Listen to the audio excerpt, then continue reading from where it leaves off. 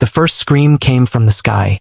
A massive shadow slammed down beyond the Capitol walls, shaking the earth like thunder. People flooded the streets. Soldiers raised their spears. High above, dragons circled in the clouds, not attacking, only watching. And then the Empire heard them whisper a single name. Leora. She was only a courier girl, a nobody with worn boots and ink-stained hands. Every morning, she carried letters through the stone streets. Love notes, royal commands, death notices. Nobles ignored her. Guards shoved her aside. Other couriers laughed. She's too soft, they said. Leora believed them. Softness had taken everything from her. Her parents had died in war. The Empire called it honor. She called it emptiness.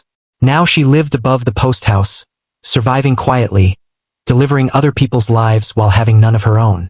Then the black-sealed letter arrived. The postmaster placed it in front of her, his hands trembling. "This must be delivered," he whispered. "To whom?" Leora asked. His voice cracked. "The last mountain." The room fell silent. Everyone knew the legends. The last mountain was where dragons vanished after the great betrayal. No human ever returned. "You're the lowest rank," the postmaster said, looking away. "You'll go." Her stomach dropped. This was a death sentence. He shrugged. "Mail must be delivered." No one stopped her. At dawn, Leora left alone, carrying a scroll heavier than her life. Days blurred into endless road. Villages whispered in fear. Soldiers spoke of dragon hunts, of burning nests, of something ancient awakening. On the seventh night, she reached the last mountain. Broken armor littered the path. Shattered dragon scales glimmered like fallen stars. At dawn, she found the cave vast, carved with glowing runes. The mountain felt alive. Leora stepped forward.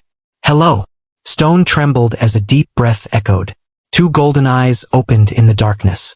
A dragon emerged, massive, scarred, wings folded like broken banners. Black iron chains bound his body, cursed runes pulsing. He was imprisoned. "Human," the dragon rumbled. Leora trembled but raised the scroll. "I have mail." A bitter laugh escaped him. "The Empire sends paper to a chained dragon." His claw reached out, trembling, and took the letter. As he read, his breathing sharpened. "No," Leora swallowed. "What is it?" The dragon's eyes filled with ancient sorrow. "The Emperor's command. To me. To all dragons." His voice lowered. "He calls for our extinction." Cold crept through her veins. This was not diplomacy. It was an execution. "They bound me here," the dragon said. "I once fought for humans. I refused to burn cities. They called mercy weakness." Leora's voice shook. "So they chained you." He studied her fragile frame. "Why did you come?" Tears burned her eyes. "Because no one else would. Because my life doesn't matter to them." Silence. Then the dragon murmured. "That is something dragons understand." Shouts echoed outside. Steel scraped stone. "They followed me," Leora whispered. "This letter was bait." The dragon's eyes blazed. "They want my head." Soldiers' voices thundered closer. The dragon strained against his chains, pain racking his body. "You must run." Leora stared at him and shook her head. "No, you will die." "So will you," she whispered. Something inside her finally broke. A lifetime of being invisible. A tool. A pawn. She stepped forward. "I won't be that anymore." Leora grabbed the chains. Fire tore into her palms. Her skin blistered. She screamed but did not let go. "Stop!" the dragon roared. "You chose mercy," she cried through the pain. "And they punished you. I won't let them win." Smoke rose from her hands. Blood stained the stone. Footsteps thundered into the cave. Captain Morgan stormed in, sword raised. "There she is. Traitor Courier." His gaze locked on the dragon. "At last. The Empire ends you." He laughed at her. "A male girl thinks she matters. You are nothing," he sneered, lifting his blade. Leora's eyes burned brighter than fear. "I was nothing," she whispered. "Until today." She raised her burned hands, and something answered. Not imperial curse. Something older.